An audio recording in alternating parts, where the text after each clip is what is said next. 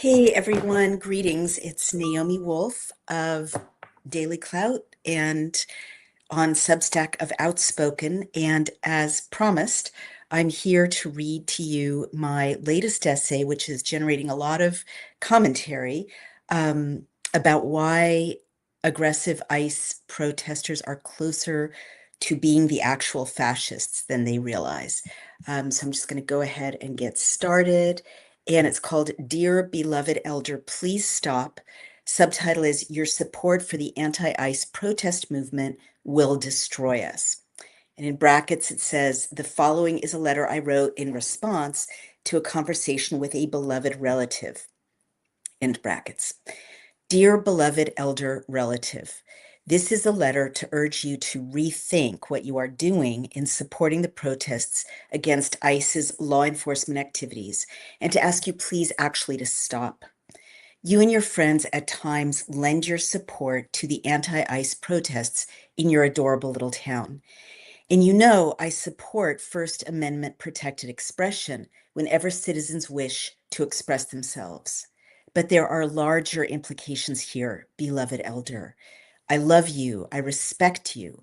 I appreciate very much that you let me think about your responses to news events and even let me describe them publicly at times when I need a model of what a thoughtful liberal person who lives in a deep blue state and watches CNN and listens to NPR believes. I appreciate that you, unlike most of the folks in your tribe, are always open to the evidence I share, even when it is contrary to these narratives. I appreciate that you consider my evidence open-mindedly, even when we do not agree at first, and even when we continue to disagree. At times, you join your friends at the local anti-ICE protests, which take place in the city hall of your tiny, comfortable town in your beautiful Western state. You and your friends are showing up as you see it for your neighbors, and you are putting your bodies on the line, which sensibility carries a pleasing echo of the advance guard of the civil rights movement of the early 1960s, which happened in your living memory. This interpretation of what you are doing, no doubt, feels good, as there are indeed too few roles for our elders to play in our society that tap their latent heroism and sense of devotedness to others. You all also feel, I gather, that you are, quote, engaging in radical compassion, end quote, a phrase I've just started hearing from multiple sources, and one that worries me for its neo-Marxist and implicitly extremist implications. And you are sure that you are all aligning with one another on the right side of history. You also reasonably, in some ways, are concerned that ICE agents have no badges and that they cover their faces. I know that you and your protesting friends who are of your generation or of a generation younger, wearing North Face or REI jackets and Ecuadorian inspired or actually indigenous made mittens and headbands against the cold, greeting one another with happy smiles in the forbidding weather, uplifted by the energy of altruism, mean very well. I know you see this as a simple David and Goliath conflict with you all in the role of David. But I think that that interpretation of events is deceptive. I also must note that your fellow anti-ICE protesters, like anti-ICE protesters across the country, are overwhelmingly white. You and your protesting friends are overwhelmingly, though not exclusively, upper middle class or even wealthy. ICE agents are often barely middle class. The starting salary for an ICE agent is as low as $33,400, and that they average $32 an hour. I must also note that 49.3% of them are not white. The second most represented ethnic groups of ICE agents is Hispanic, and then African American. More than 15% of ICE agents are disabled.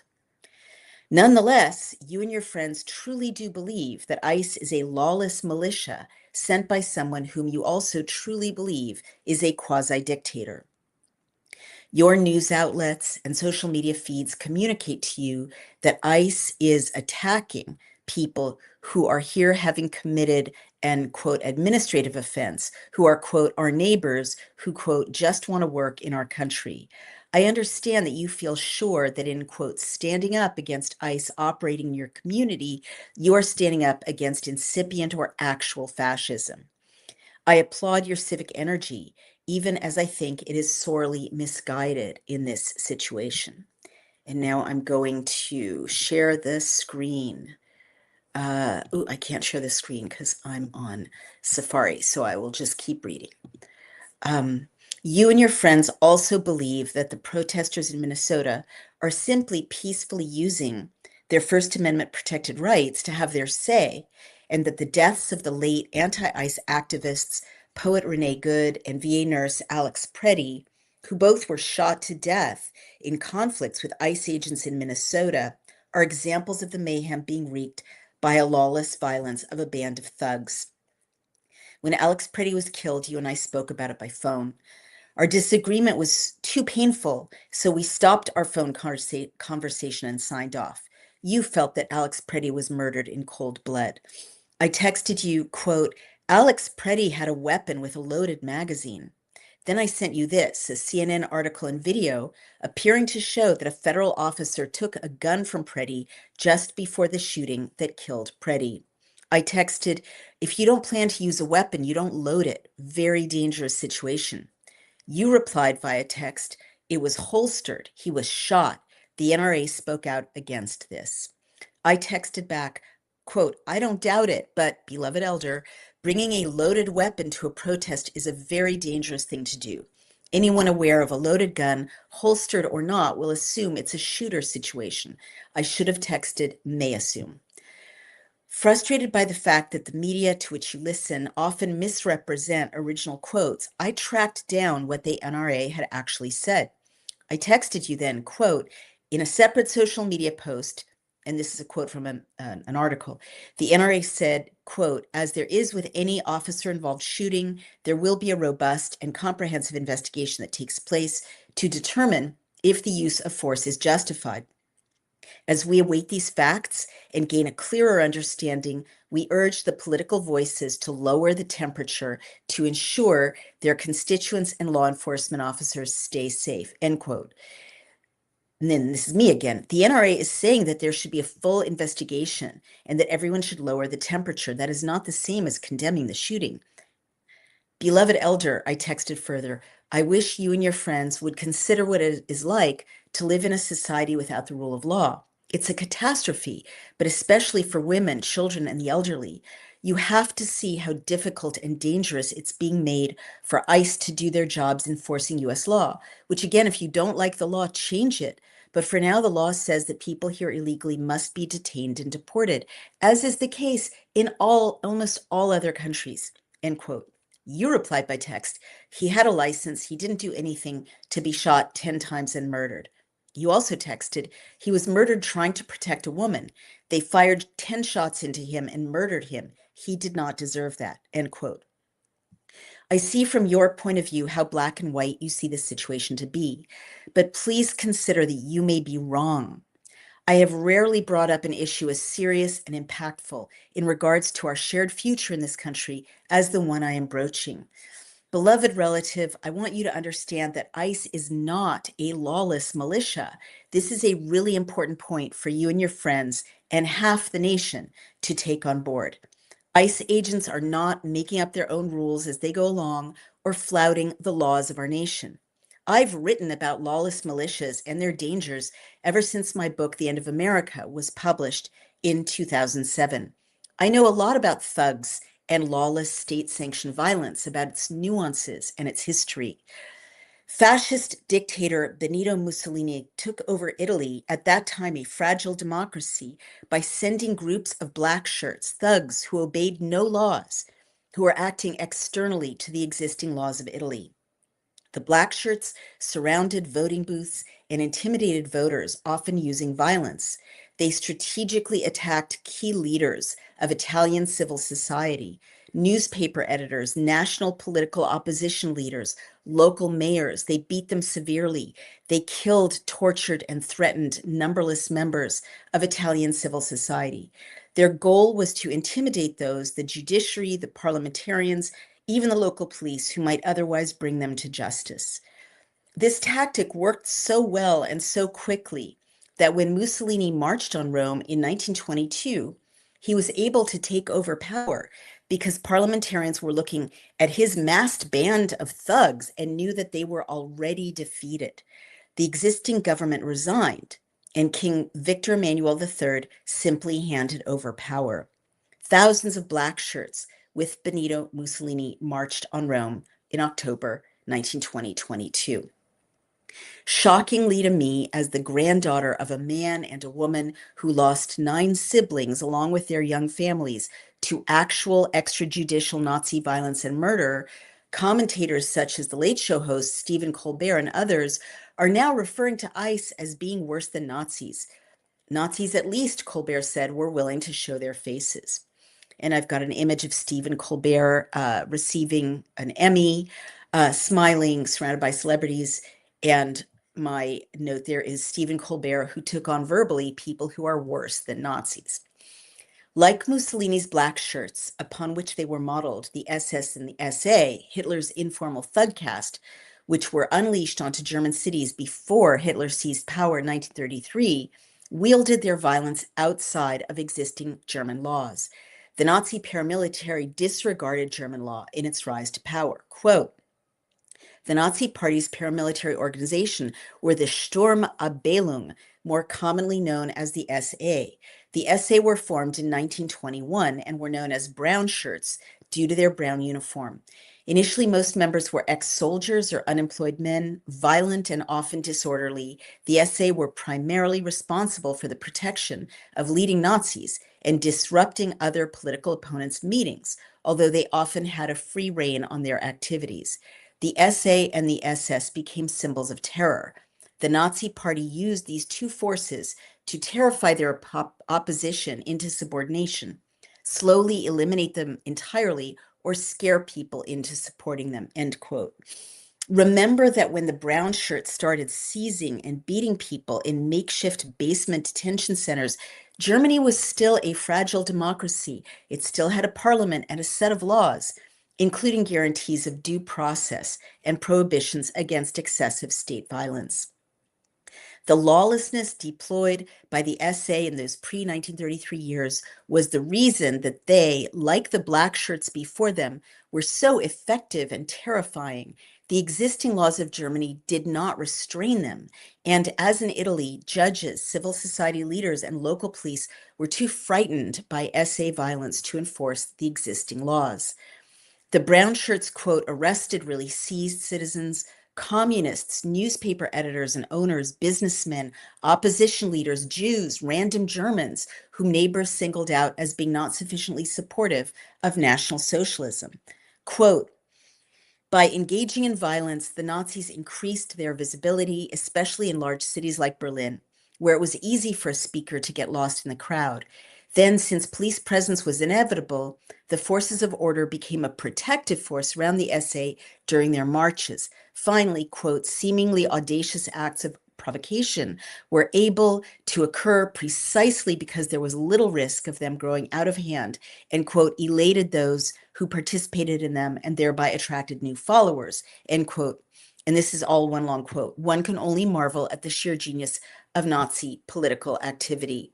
Quote, when Hitler finally rose to power, the street violence changed and became an adjunct of state power, and brown shirts set up their own illegal prisons, 240 where torture was carried out, and 11 early concentration camps where they acted with impunity. Quote, the centralized locations of many of these provisional prisons and torture chambers made the early SA terror a highly visible and at times audible element of Nazi rule, end quote. Excuse me.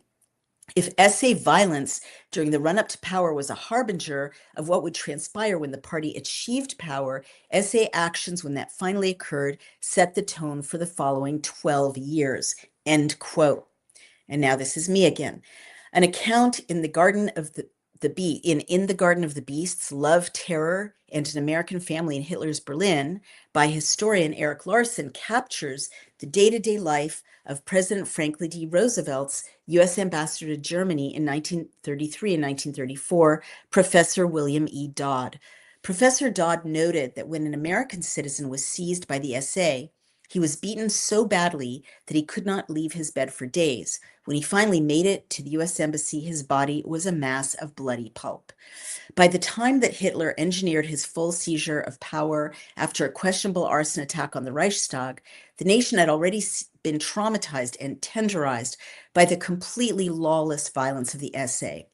ICE, in contrast, dear beloved elder, is part of a federal agency that is bound by a multitude of laws. The agency and its agents are also bound by the Constitution. ICE is governed by almost 400 federal statutes. U.S. Immigration and Customs Enforcement ICE is primarily governed by federal immigration statutes, the U.S. Constitution, and Department of Homeland Security policies. DHS policy limits the use of force. Quote, general statement, unless further restricted by DHS component policy, DHS LEOs, law enforcement officers, are permitted to use force to control subjects in the course of their official duties as authorized by law and in defense of themselves and others.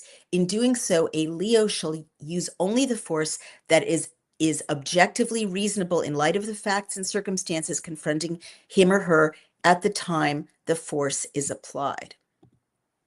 End quote. In other words, the DHS policy that outlines the permitted use of force in defense of themselves and others dates from 2018.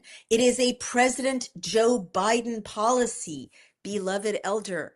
Agents must also abide by the Fourth Amendment, which protects against unreasonable searches and seizures. The Fourth Amendment ensures that ICE agents must have a reasonable suspicion before detaining anyone. It also prevents their entry into non-consenting homes without a judicial warrant. Let's remember what the Fourth Amendment actually says. It does not say that no law enforcement can ever enter your home. Rather, quote, the right of the people to be secure in their persons, papers, and effects against unreasonable searches and seizures shall not be violated, and no warrants shall issue but upon probable cause supported by oath or affirmation, and particularly describing the place to be searched and the persons or things to be seized. That end quote. That is exactly what DHS guidelines spell out. Agents need, quote, probable cause or a, quote, reasonable suspicion and a warrant in order to enter a non-consenting home. Your standing between the ICE agents in your town and such homes is not, in fact, providing a bulwark against fascism. It is actually creating an obstruction to the provisions of the Fourth Amendment. Key laws and regulations that govern ICE and limit their activities include laws that have been on the books for decades, such as the Immigration and Nationality Act of 1952. This gives the legal foundation for immigration enforcement and includes oversight of identifying, detaining, and removing illegal aliens. Federal Statute Title 18 was enacted in 1948. It authorizes law enforcement to prevent the illegal movement of both people and goods. That governs ICE. Federal Statute Title 8, enacted in 1952, applies to immigration, refugees, naturalization, and to removing people who are here illegally. The laws that govern ICE have been the law of our land for decades. President Trump did not invent the legal underpinnings for what ICE is doing in 2026. The Congresses of the 1940s and 1950s, in your infancy and childhood, did, beloved elder.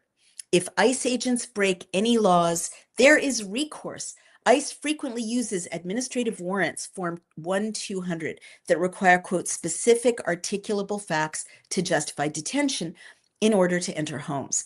Targets of ICE arrests have the right to refuse a search of their persons and belongings if the agents have no probable cause to search them. And importantly, as noted above, ICE may not use excessive force. ICE must follow the same, quote, objective reasonableness standard of using force as do local police. So, ICE is not the Gestapo. The legally restricted conditions in which ICE operates are the opposite of the Gestapo's lawless work conditions. ICE's actions are all subject to legal review, and they must adhere to federal statutes, the Constitution, and DHS policies. I see that some people are very upset that sometimes American citizens have been mistakenly detained by ICE. This kind of error on the ground is inevitable.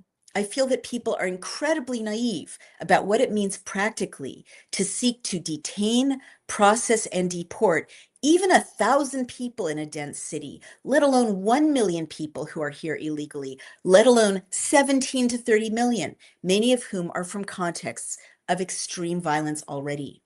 By definition, beloved elder, this is an operation that takes on, as careful as ICE agents may be, the risk of errors inherent in conducting a mass operation of law enforcement against people who are by definition not compliant with federal laws to start with. This mass operation is taking place in conditions of extreme stress and danger and on an immense scale. Parentheses, if people don't want to risk a potentially rough or emotionally upsetting encounter with an arrest by ICE, they can just go home. DHS gives them a free plane ticket and $2,600 per person from your tax dollars in order to do so. A family of four will have a year's income in many countries by taking up this offer. End parentheses.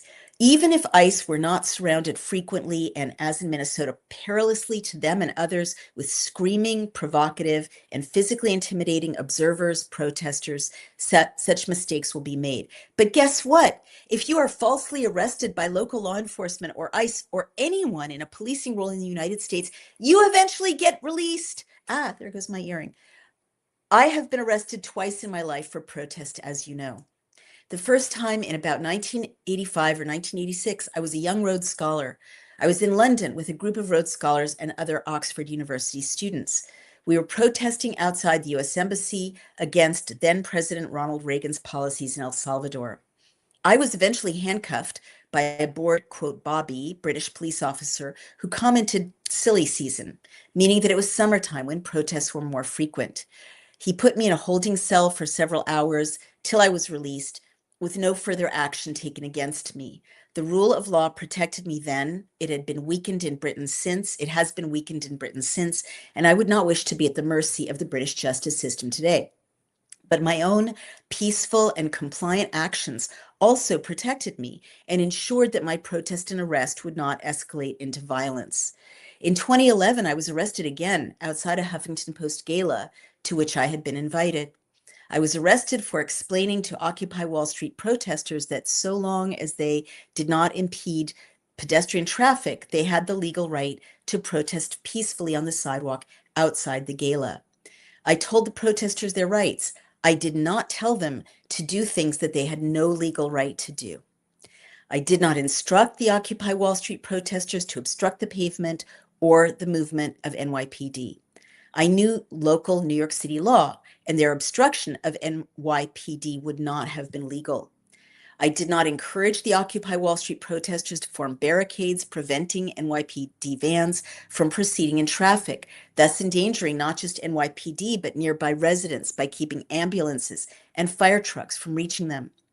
I did not instruct the Occupy protesters to confront unrelated pedestrians outside of the gala to demand their papers or to block their entrances to the gala. I did not urge the protesters to make pedestrians swear that they are not members of this or that group, as protesters are doing in Minnesota in demanding that passing cars and pedestrians swear that they are not ICE. I did not do any of that, and I would never have done any of that because none of those actions are First Amendment protected speech or actions, and all of them violate local and federal laws. Those are, in fact, very violent, very threatening, very insurrectionary, non 1A protected actions. And the fact that protesters are committing those actions does not make them 1A protected or even moral, beloved elder. You can see how illegally the NYPD behaved in the videos of my 2011 New York City arrest. This second arrest was a much scarier experience than the first arrest had been. I was put handcuffed into a windowless van that took me to a separate precinct, far from the eyes of legal observers. I was held in a blood and feces smeared cell for a number of hours and then released with a trial date. If I had been convicted, I would have been sent on to the violent prison, Rikers Island. But the charges were eventually dropped. The system worked. What also worked within this constitutional system was the fact that I understood my own responsibilities as a protester. I did not break the law, either before my arrest, during it, or after it. Though I knew I was being unlawfully and unconstitutionally arrested, and though I tried calmly to cite to the police chief arresting me the New York City law that allowed protest on the pavement if it did not obstruct pedestrians, I submitted to arrest without any resistance. And that's in italics. You can see that in the video. It wasn't because I was too scared to resist arrest, though I was indeed scared. It was not because I was not passionate about the issue, free expression that had led to the confrontation in the first place. I submitted peacefully to an unlawful arrest because I respect the Constitution and the rule of law. I knew that the place to fight an unlawful arrest was in the court system and not physically, not screaming, writhing, or kicking on the sidewalk, or provoking what could be an enraged mob to threaten NYPD. I didn't shout obscenities. I did not go limp and force NYPD to handle me bodily. I did not spit or struggle. By the way, thinking about this, I'll never forget that the crowd of protesters around me, who were very much on my side, were looking to me and my partner at the time for how we would react. And I have no doubt that if I had, you know, resisted, fought, screamed, fallen to the ground to force them to lift me bodily, there would have been an enraged mob for sure. And greatly, it would have escalated the danger of that situation to everyone. And I didn't do that. Just as NYPD had 1A obligations as law enforcement, I had 1A obligations as a protester. So do all the protesters protesting ICE today. Just as ICE must obey the law, so must the F-ICE contingents. In all cases, this is a moral as well as a legal obligation. This is the First Amendment. Quote, Congress shall make no law respecting an establishment of religion or prohibiting the free exercise thereof, or abridging the freedom of speech or of the press, or the right of the people peaceably to assemble and to petition the government for a redress of grievances. End quote. The First Amendment, dear elder, is not a hall pass to impede law enforcement in their federally legislated activities, to block their ingress or egress to law enforcement operations, to stalk or harass pedestrians or drivers, to disturb the peace of residents of a city, to resist arrest, or to threaten the safe functioning of emergency services transit within a town or city. None of that activity is identified as protected speech above in the Constitution. We have no right under that beautiful amendment to harass law enforcement or to torture them with drums, whistles, and screaming, all of which are tried and true methods to break down the mental health of prisoners, as we saw in the torture files of Abu Ghraib and Guantanamo. We have no 1A right to drive our vehicles toward law enforcement in any way, to use our vehicles to block traffic or to harass pedestrians. There is a great deal of case law and federal law showing that one has the right, for instance, to hold up signs or to speak to people outside an abortion clinic, but not to harass or block or intimidate staff or patients seeking to enter that clinic. Who pressed for such laws? You and your friends did. This was your side, beloved elder, which supported limits on the protest of right to life protesters. The FACE Act of 1994 forbids blocking entrances. Who signed the FACE Act?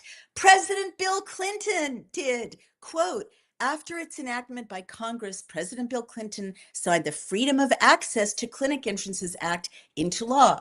Fines for violent offenders for their first offense can be as high as $100,000, with prison sentences of 1 year. Repeat violent offenders can receive up to 3 years in prison and fines of up to $250,000. If the protest resulted in an injury to clinic staff or a patient, the prison sentence can go as high as 10 years. Quote, in the case of first-time convictions of protesters who engage in nonviolent physical obstruction, such as sit-ins or blockades, the law allows judges to impose fines of up to $10,000 and 6-month prison terms. Second convictions for these kinds of offenses are punishable by up to 18 months in jail and fines of up to $25,000. The individual harmed by the protest activities may also sue the protesters for civil damages. Quote, Congress adopted the freedom of access to clinic entrances in reaction to the increasing number of blockades of abortion clinics by anti-abortion groups and the inability or unwillingness of local law enforcement officials to protect the clinics from intimidation and violence.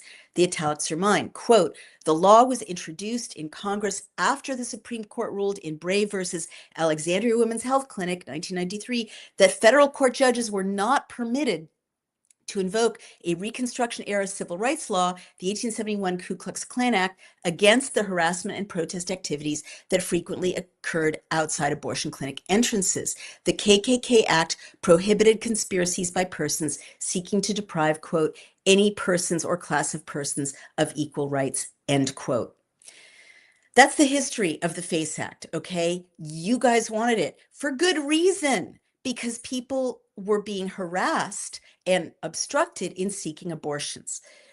Women were. Beloved elder, the laws against violent protests, the reaction from ICE to violent protests, to which you so object, are laws that your side passed under your President Clinton to stop pro-lifers from being so threatening, obstructionist, or intimidating that women's rights were curtailed. ICE is enforcing your laws. It is up to protesters to know about local and federal law regarding protest and to abide by the First Amendment. It's up to protesters peacefully to submit to arrest if they choose to protest in a way that legally allows arrest. And it is up to protesters to be aware that attacking the vehicles of law enforcement, as Alex Pretty did, is not a First Amendment protected speech act, nor is creating noise levels that harm the functioning of human beings, nor is impeding law enforcement operations in any way. 1A does not cover threatening law enforcement or anyone or communicating a threat of violence. Now, let's talk about what it means to break the law and what it means to pick and choose the laws that you enforce. It leads us as a nation of citizens to cross a barrier from which there is no returning. You may think that people here illegally are just, quote, committing a misdemeanor. It is a federal misdemeanor punishable by up to 6 months in prison, note, and that therefore you believe that their illegal presence in our country is not a big deal, and that sending in men with guns and masked faces is a massive overreaction. I would say that you are completely wrong. First of all of the illegal immigrants have broken our laws simply by being here, as I showed above. Does the rule of law matter to you at all, dear elder? Between 17 and 30 million people simply disregarded our laws in order to be present in our nation.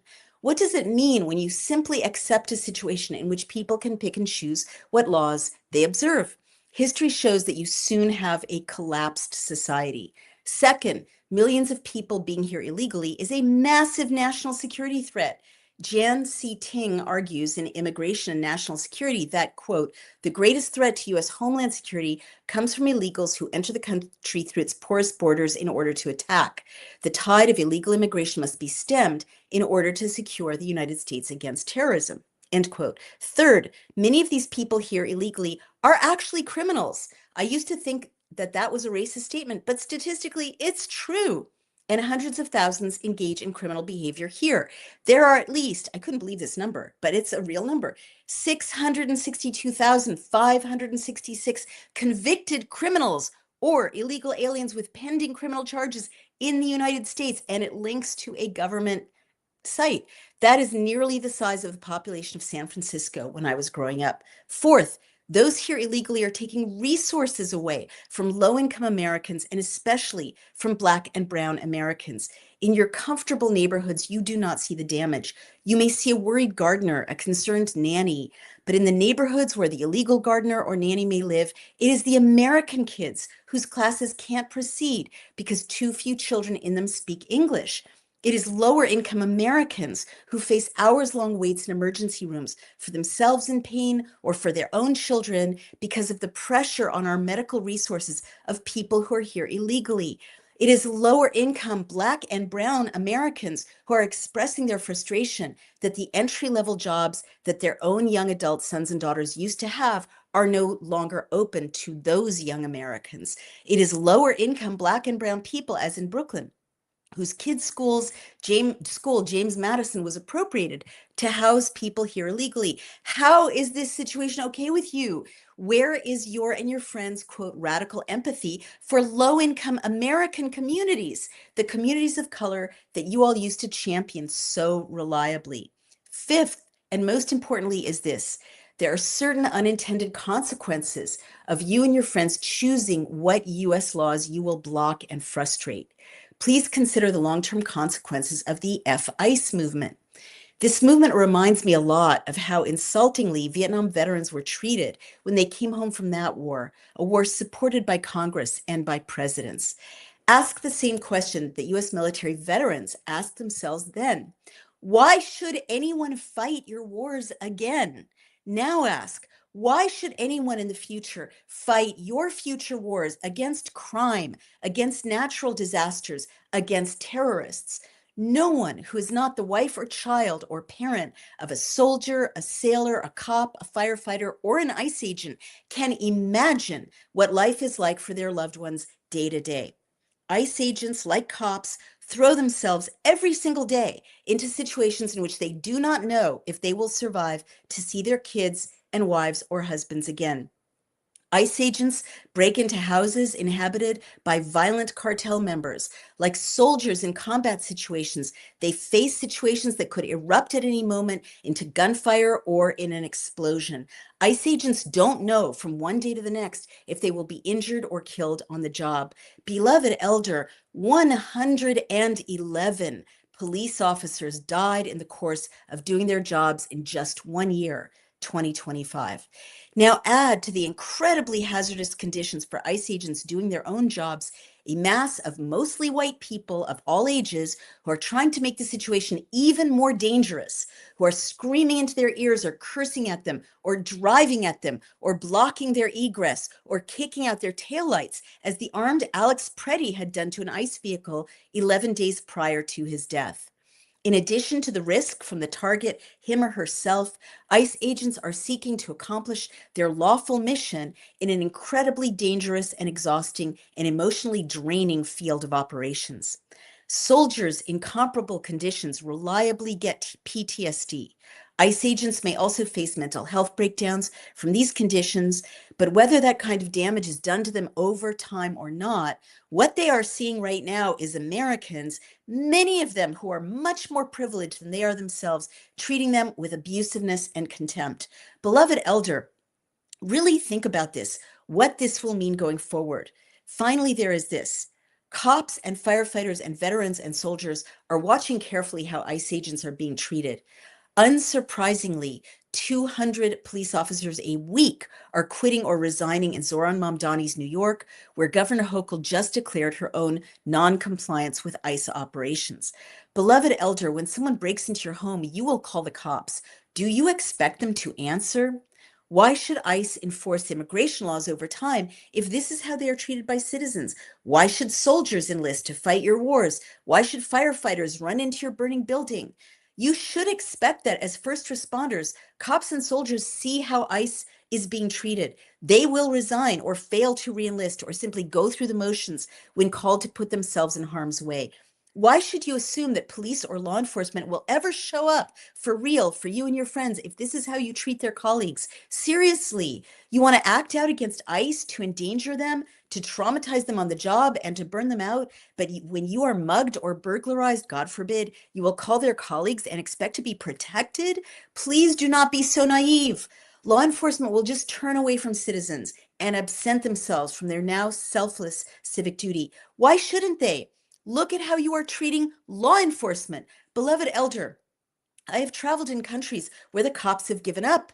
You still see them around. They still wear their uniforms and carry their weapons. But when a crime is underway, they inevitably don't see it happen. They turn away, knowing that there is no reason to put themselves in harm's way, no mutual social contract with citizens or with political leaders. They align with whatever warlord or real tyrant is in power. Beloved elder, when that happens, there goes the rule of law. Militias and gangs move in. People fear going outside. As in Haiti, people can't take full-time jobs because they have to wait outside the school's gates to walk their children home at 3 o'clock. Lawlessness, real lawlessness, takes over the streets. And who always suffers most, as I have said before, women and children, the disabled and the elderly. The ones who suffer most in a society without the rule of law, beloved elder, are people such as you and your friends.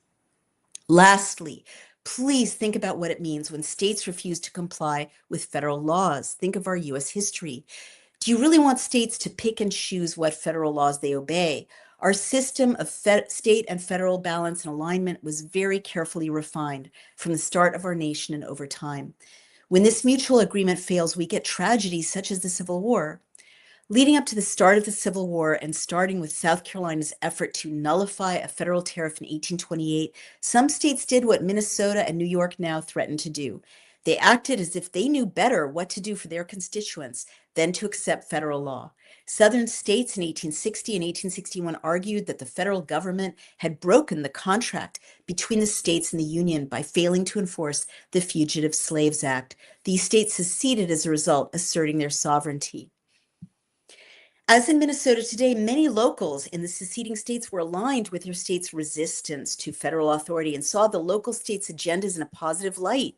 However, was this popularity of local resistance against federal authority worth it long term? The nation fell apart into a bloody civil war. Between 600,000 and 750,000 people died. Do you want this risk?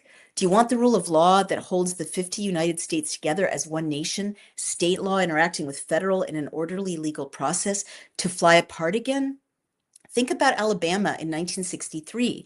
Governor Wallace used Alabama's National Guard to block African American students from enrolling at the University of Alabama. He imposed a bigoted state preference over a federal judge's ruling that the university had to be desegregated. President John F. Kennedy had to federalize the Alabama National Guard to ensure that African American students could enroll in the university. Now it is an anti-ICE states' rights movement, beloved elder, with which you happen to agree. But what if tomorrow it is a state declaration of Sharia law in Oregon or Texas or California? Or what if it is an order by Alabama or South Carolina to resegregate the races? Do you really want to destroy the delicate, even miraculous, respectful, and legally orderly relationship in the United States between state and federal laws? If you don't like immigration laws that ICE is enforcing, change them. Seriously, you still live in a democracy. Elect people who will pass different laws. You can. But once the citizens and even states just decide what laws they will disobey, you no longer have a nation of laws, and you will have no choice about your leadership or your society at all. So I hope the above has given you pause. I respect you, I do, but this movement of which you are a part is unconstitutional madness, and that way lies the end of our nation as one of laws and not of men and women. Beloved elder, please, I beg you, reconsider. For all of our sakes and for America's, you have my heart. Please also take and consider my evidence. All my love, Naomi. That is the end of this essay. And someone asks, did she record this earlier? And the answer is no, I'm recording it live. I'm broadcasting it live. Many comments, so many comments. I wish that I could share them. Autumn Smith says, yes, this is exactly how veterans were treated when they returned from Vietnam. Thank you. Little abuse, get off the air, user. I don't know what that means. And Autumn Smith points out, not to mention all the military-aged men from over 100 different countries who are not exactly friendly to the United States, who came here illegally. I do believe it's an army, or there's an army buried in there. And if you're looking at what's happening in Britain, you can see that an army is emerging in a two-tier justice system. Let's see. Lots of abuse. You're disgraceful. It's my experience that when I offer a really good argument with a lot of evidence, people on the left or who are supporting the position I'm criticizing, because I think of myself as a liberal to this day, don't argue back with counterfacts. They just engage in verbal abuse. Let's see. This is why I should receive illegals being released from custody, dialogued conversation. I'm not sure what you mean, Daniel, but you are a good friend, so I'm sure there's thoughtfulness behind that, and I should understand it better if you want to amplify. Rosa 632 says, very well spoken. Thank you. Thank you.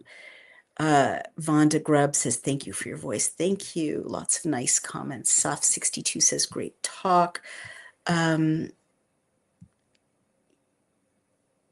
Your number 600,000 aligns with Trump's current deportation numbers. That's very, very interesting. That would, I mean, that's very interesting. What is this, beloved elder? It's a letter that I wrote to a relative of mine. I didn't want to name her, but she consented to let me address her in this way publicly. Oh, don't forget housing costs. I pay now more for a one-bedroom apartment than my old farmhouse barn 10-acre mortgage back over a decade ago. After rent and minimal utilities, I have 200 to live. That's terrible. I'm so sorry. That's crazy. I am concerned about your grocery costs, which you didn't mention. But I mean, half of Americans now live paycheck to paycheck or on credit card debt. And many people are pointing out, these resources. I mean, in New York, we're $12 billion in the hole, according to our new mayor and our old mayor.